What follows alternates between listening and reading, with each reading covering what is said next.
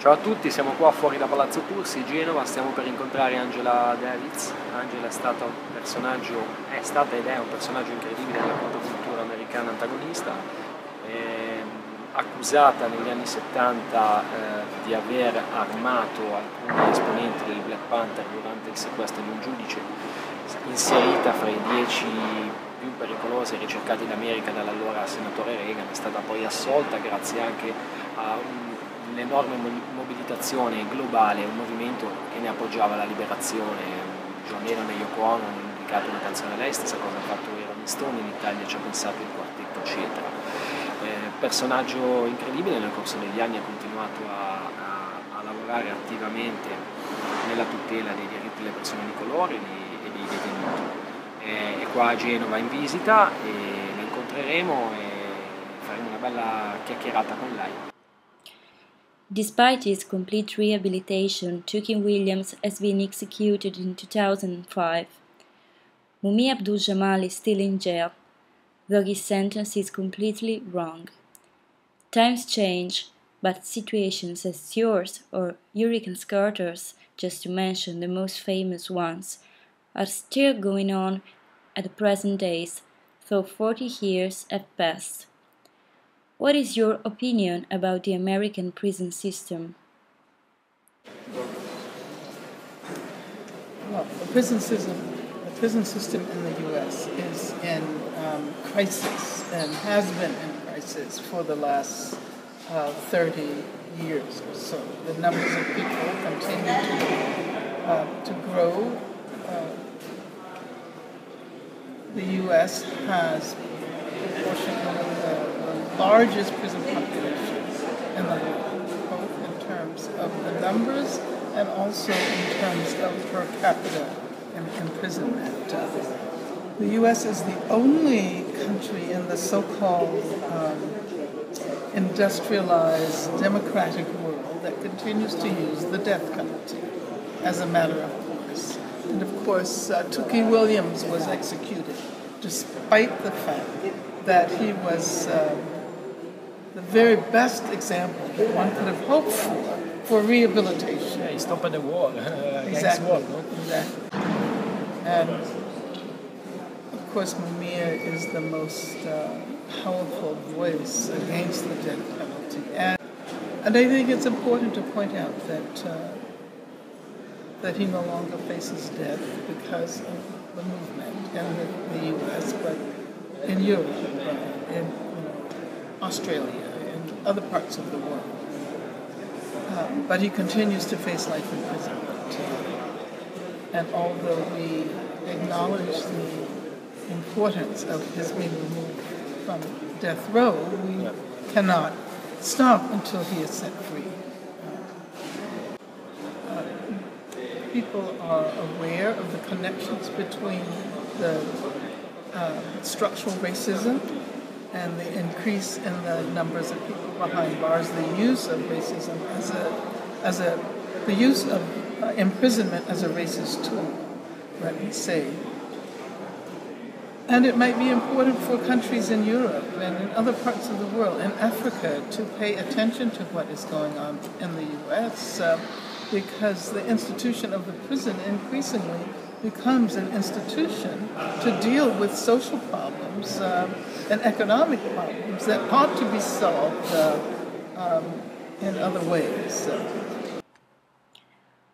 While you were in prison, I think if someone told you that in less than 3 decades black president would have been elected, you would have laughed. But it actually happened. Did something change for real? Or was this just a strategy made up by the establishment and nothing has really changed? Well, I think it is important to acknowledge that there have been changes. And especially those of us who are activists and who struggle, who give our lives to the struggle. We have to be able to see evidence that what we have done is meaningful.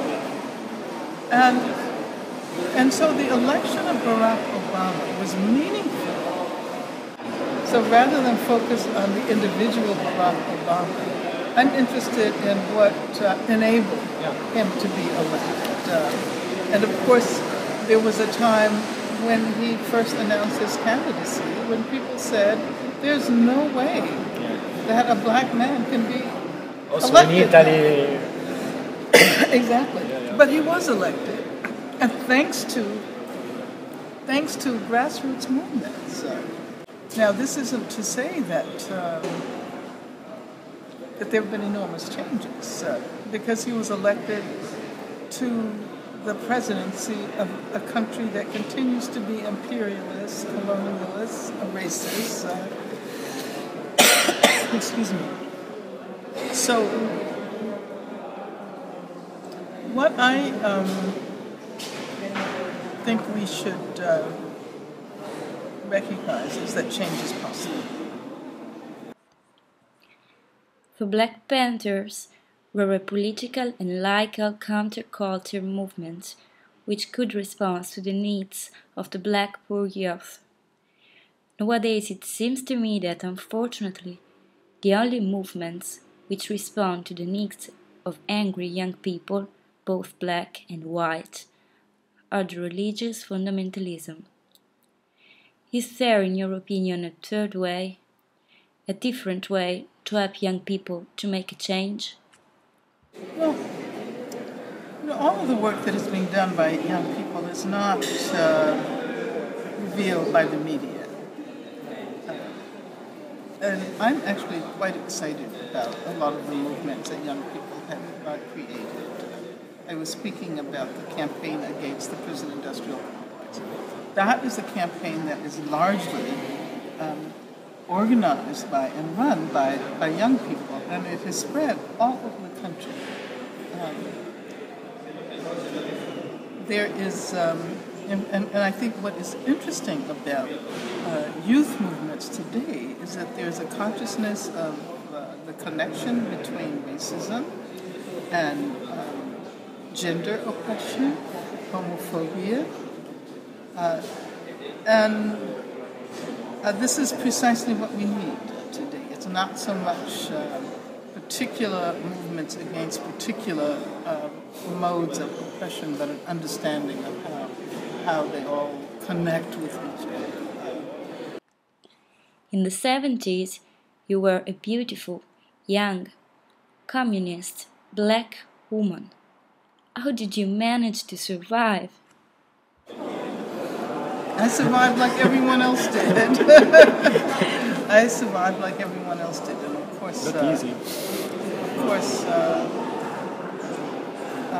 what was important about that moment was the fact that people all over the country, all over Europe, Asia, Africa, Latin America, became involved in the campaign for my freedom. So I'm not the person upon whom one should shower attention, but rather the movement. So I would say that my presence today, and of course I continue to do what I've always tried to do, but the fact that it was possible to defeat the most powerful forces in the world is a message that is still valid.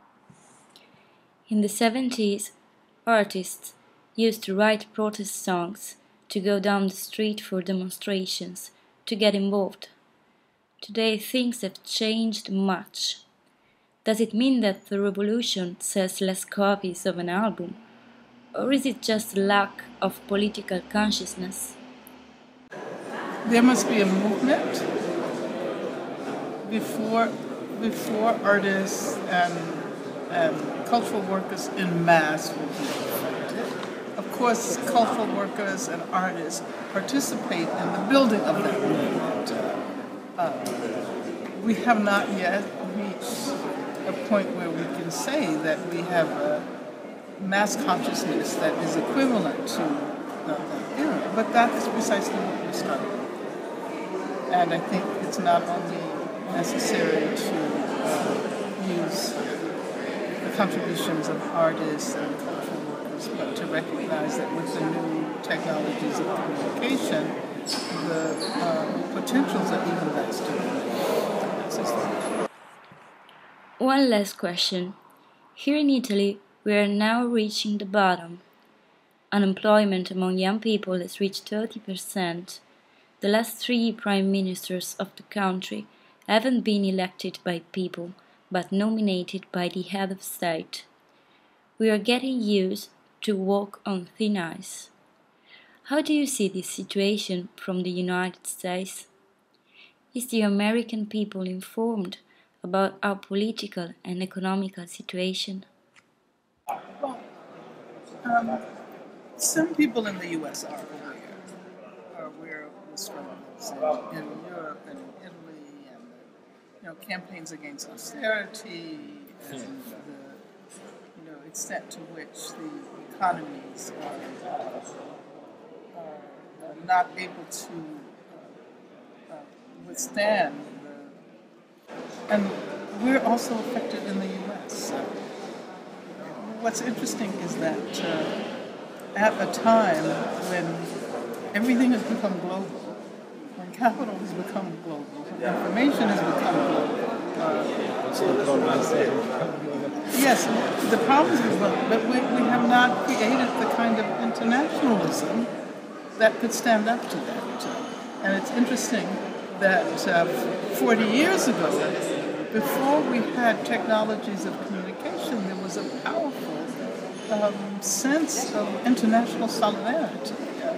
As a matter of fact, when I was in jail, I was aware of all of the work that Italian comrades were doing. I received messages all the time. I'm not saying that we can replicate that era, but it is important to figure out how to create some global ties. One last thing, have you ever eaten Tupac Shakur, famous rapper? In Italy is a legend, and also he sing a song about Black Panthers, also because his mom. Have you ever met him?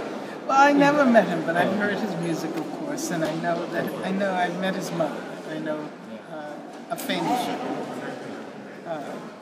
And we're involved in a campaign to support Asata Shakur, who is his godmother, who is under attack by the FBI now. She was recently placed on the FBI's 10 most terrorist list with a reward of $2 million being offered for her capture in Cuba. Thank you so much.